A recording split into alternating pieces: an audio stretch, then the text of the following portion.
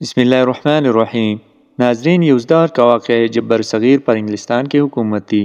ایک انگریز تاجر کی واقعی مسجد میں ہر روز تھی۔ وہ جب مسجد میں آتا بڑے شوق سے وضو کرتا، انکساری سے نماز پڑھتا، پھر دیر تک سجدہ میں گرا رہتا اور ایسی محبوبیت کے ساتھ دعا کرتا کہ پاس بیٹھے ہوئے لوگ بھی اس کے سوز و گداز کو محسوس کرتے تھے۔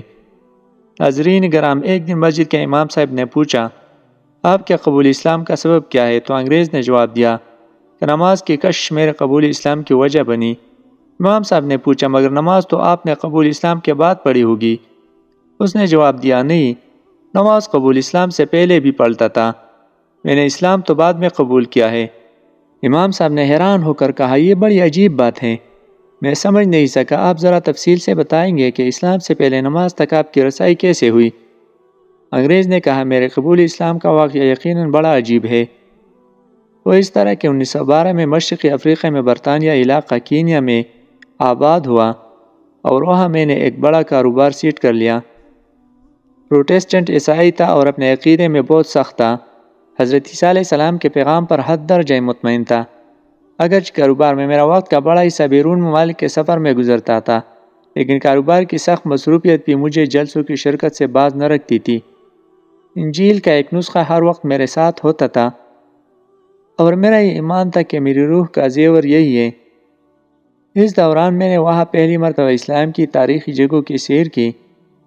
میں دریائے نیل دیکھ کر فرعون کی حالت اور حضرت موسیٰ علیہ السلام کے واقعے سے آگاہ ہوا۔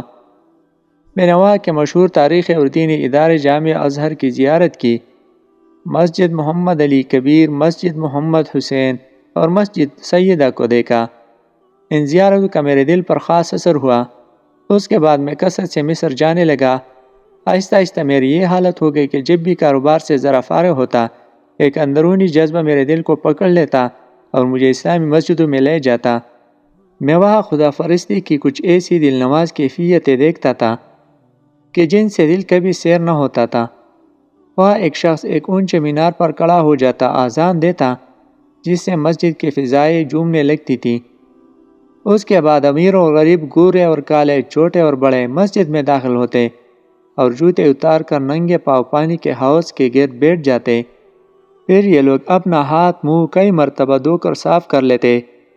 اس کے بعد سب لوگ قطار بنا کر مسجد کے اندر بیٹھ جاتے۔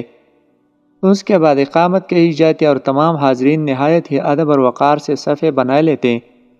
یہ منظر دیکھ کر مجھے میدان جنگ کی منظم اور مرتب صفیں یاد آ جاتی۔ پھر نماز شروع ہو جاتی اور تمام مسجد میں ہیبت و جلال اور سکون کی کیفیت چھا جاتی۔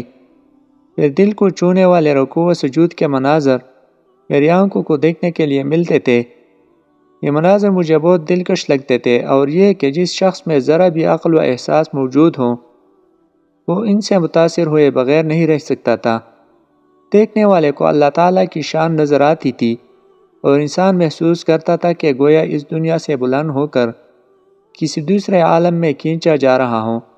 سچ پوچھئے، نماز کی دلکشی اور جاذبیت کا اثر گویا جادو کی طرح میرے دل پر اثر انداز ہو رہا تھا، اور نماز کے عمل کی خوشنمائی نے میرے دل کو ہر روز مسجدوں میں لے جانے لگا، اور چونکہ کاش میں ان کے ساتھ شامل نہ ہو سکتا تھا۔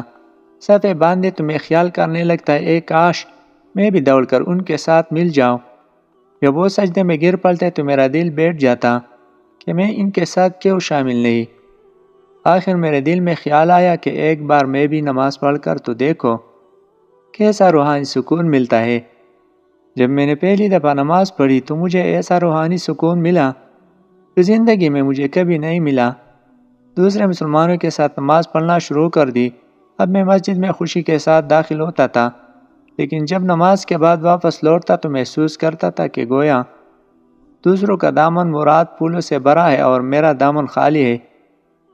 اسلام کی کشش میرے دل میں بسنے لگی اور میرے آبائی عقائد میں ضعف آنا شروع ہو گیا۔ میں اکثر دل کے چین کو شکوک کے کانٹوں سے پاک کرنے کی کوشش کرتا تھا، لیکن میری یہ تمام کوششیں بیکار تھیں۔